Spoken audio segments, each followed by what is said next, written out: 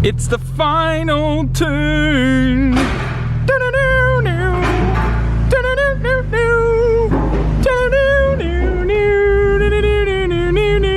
So if you can't tell from the intro, it is the final dyno tune for the forged Miata. A little bit sad, a little bit of a tear, because today is also the last day that I will have this car in my possession.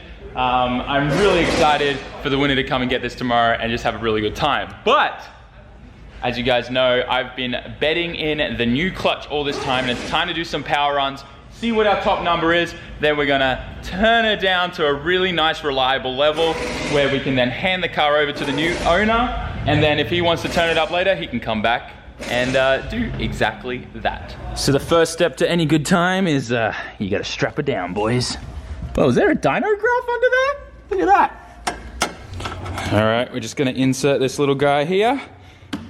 Turn the fan on, get some air moving through. All right, Jack, so what are we aiming for today? Well, I'm not tuning, obviously, so I don't have my get up on. Okay. But with what we have, we should be able to achieve just under 400 horsepower. All right. I know you want to see a 4. I would love to see a 4, but I just don't think we're going to. It's really hot today. Maybe like a 394. Maybe. 394, 398. No, I'm keeping a 4 in there for you. And 399 sounds good. It does. No, I guarantee you 399 will piss you off more than... Oh, it will. For real, it will. Yeah. All right. Well, the main goal for today is we want to get to top power run to see, you know, at what point was the clutch slipping and see where we're at. Then we're going to want to do a whole bunch of reliability stuff, make sure like everything's dialed. And then I guess that's it. We turn it down and say goodbye. Oh, it's kind of sad. It's bittersweet. It's bittersweet. Yeah. It's a very nice build. Yeah. I'm very happy to have been able to help you with it, and I know the next owner is going to madly enjoy it. Oh, for real. They better. They definitely will. The car won't let them not enjoy it. Hey, the price was right for that. That's very true. Alrighty, let's get started. Yee yee! So we just finished calibrating the dyno, and what we're going to be doing now is just seeing where we're at. I do know that since I changed the alternator and things like that, with a bit more voltage there, we're seeing a few rich spots. So we're going to go through, do a couple pulls and see where we're at now, and then make some adjustments.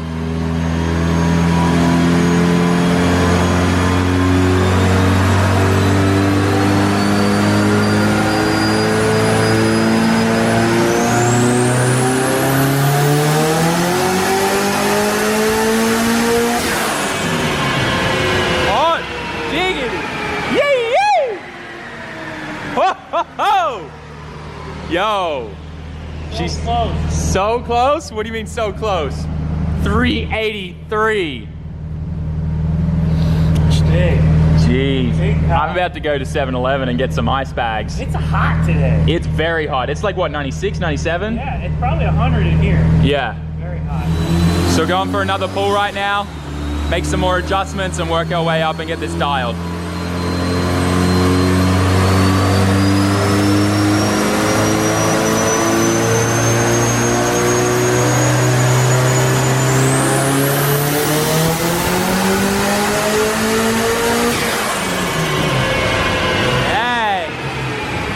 This thing sounds good. Let's just see what we hit there. Oh, we are right at the mark, guys. We're just below. Dude, 386. Oh my gosh.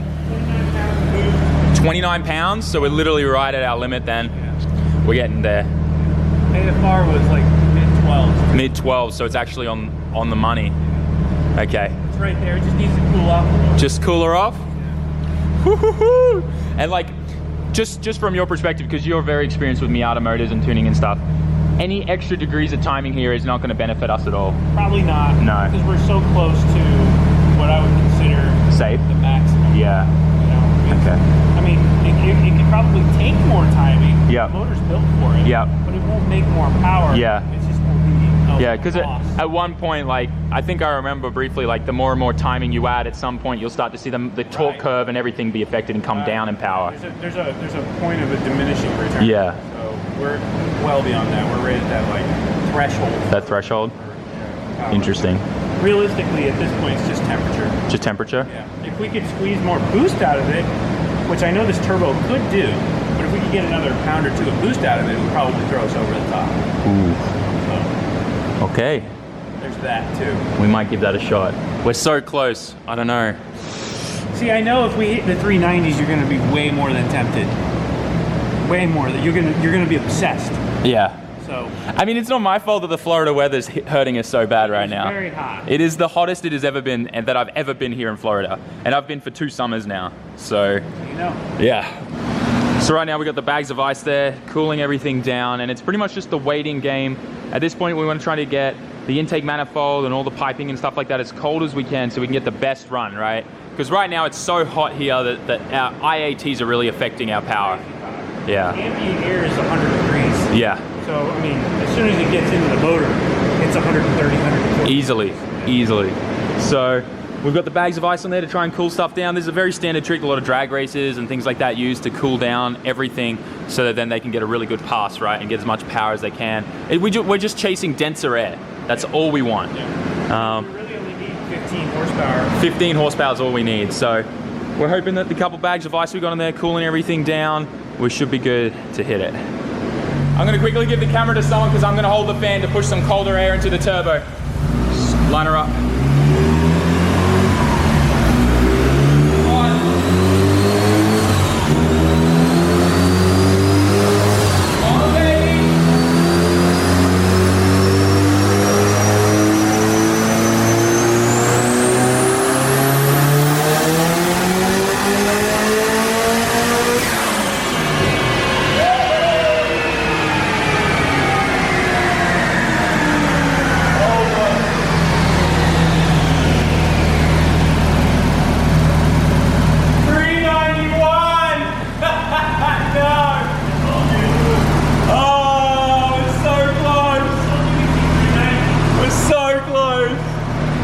We just made 391 at what, 29 pounds of boost?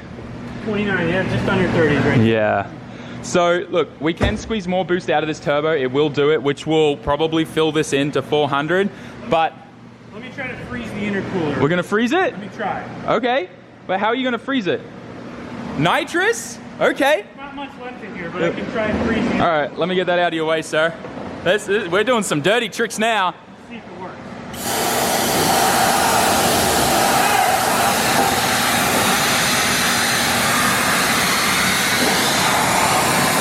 Oh, air.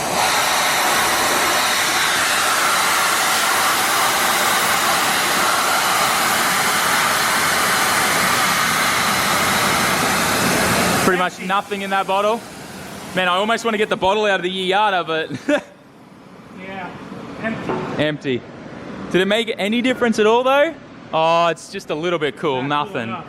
Damn it, we ain't gonna get it. Get an ice bag, we'll put it on there. Oh yeah, let's get an ice bag in there. All right, we're gonna go for another round. Because we ran out of the nitrous, what we just did was just start packing it full of ice. We do not have a leak, sir. That's all of that we just crammed in there. Cold water. We don't have an ice box for our intercooler, so we just made one. We just pulled the whole front up. We're really going for it. It's sadly like maybe 85 degrees now. Yeah, it's so hot today. We're doing our best. We are. But yeah, like I said, if we could get more boost out of it, if we change the wastegate spring, then we would see more, but there's just no point putting that bigger spring in. Oh man. This is kind of a cool sight though, all that ice down there. That's good. Nice. I like it. It's actually really nice and chilly. Good, yeah. Melting its way. Yeah, that's what we want.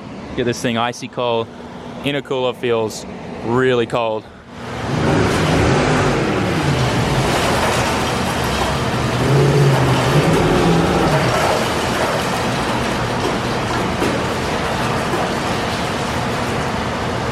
Alright. Come on, intercooler. Don't let me down.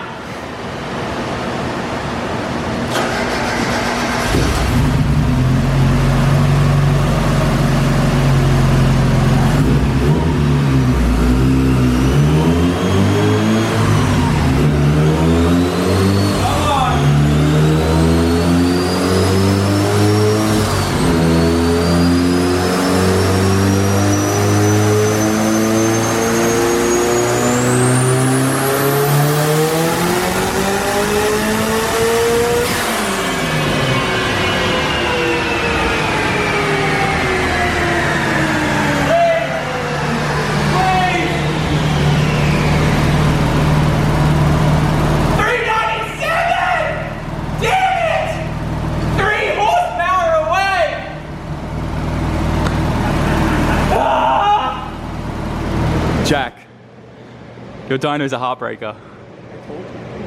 I told you you were gonna get the fever. I know. We are literally there. We're at 396.2. And we're also looking at 310 torque, 311 torque if we round that. We're right there. I'm going to bump the timing for the sake of seeing if it picks up. And you think that's safe? I mean, it's less safe, but it's also in the nature of science. Just do it. I don't want to know. Let's just make it happen. Last one. We don't make it here, we don't make it all.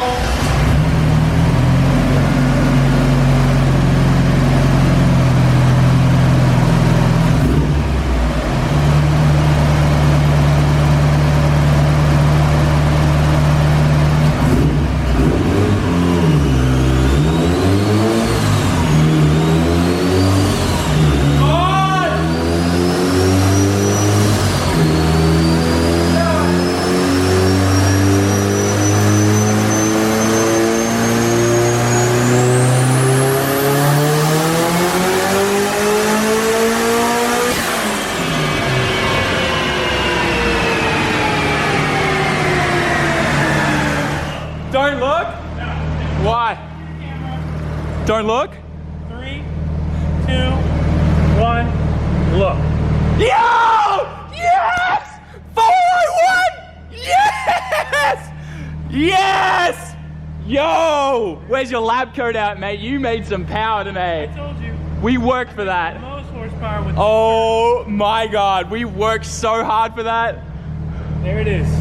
400 verified Mustang dyno, wheel horsepower, 315 foot-pounds of torque. At 29 PSI of boost. He may have touched 30 on that one. Okay. But right there, yeah. That's it. You did it. I have no words. I have no words.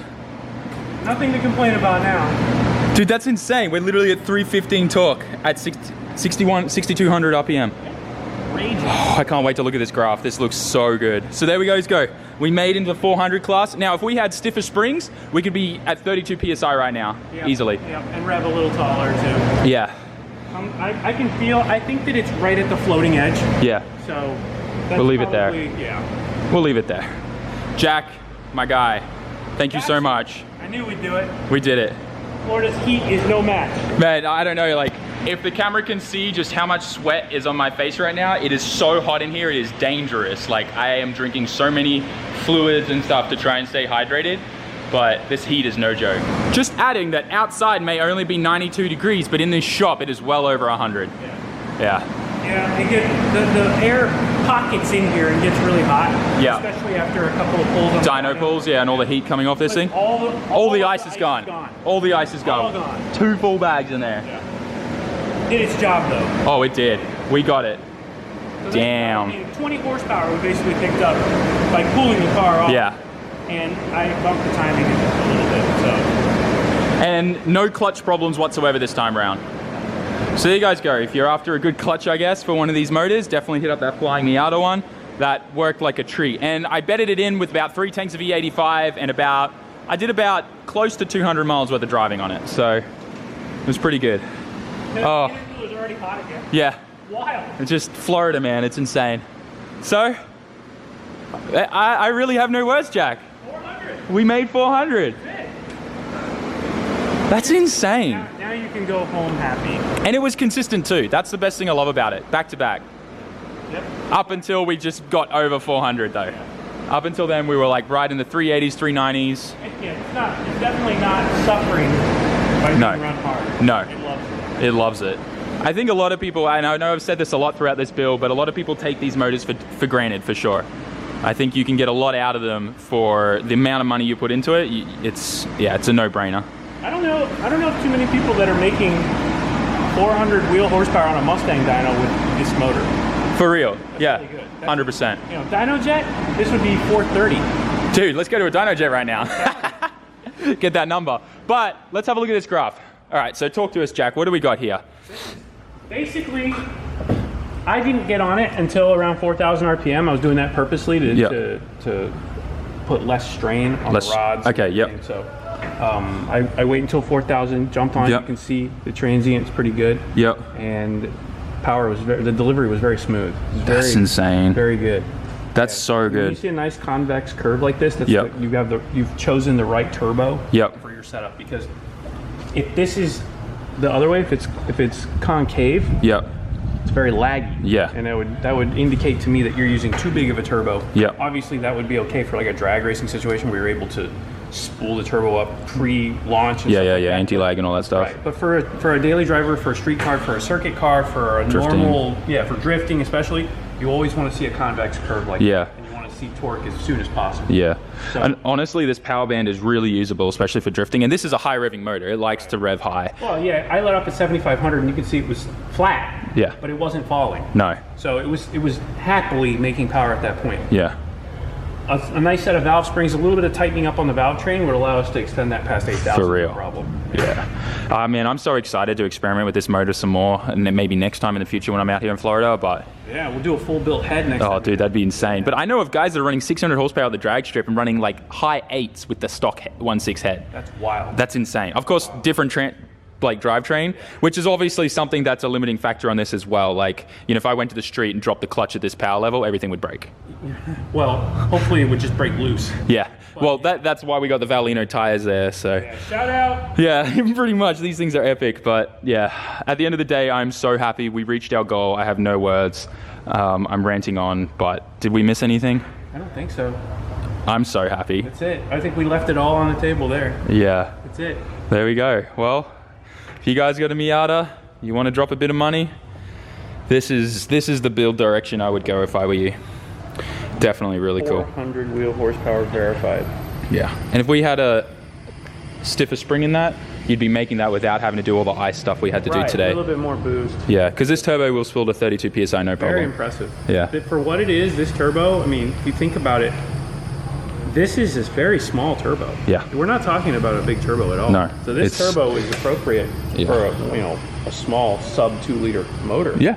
And the way that it delivers that power is so solid. It's just a perfect shape. Everything about it is the right combo. Hell yeah.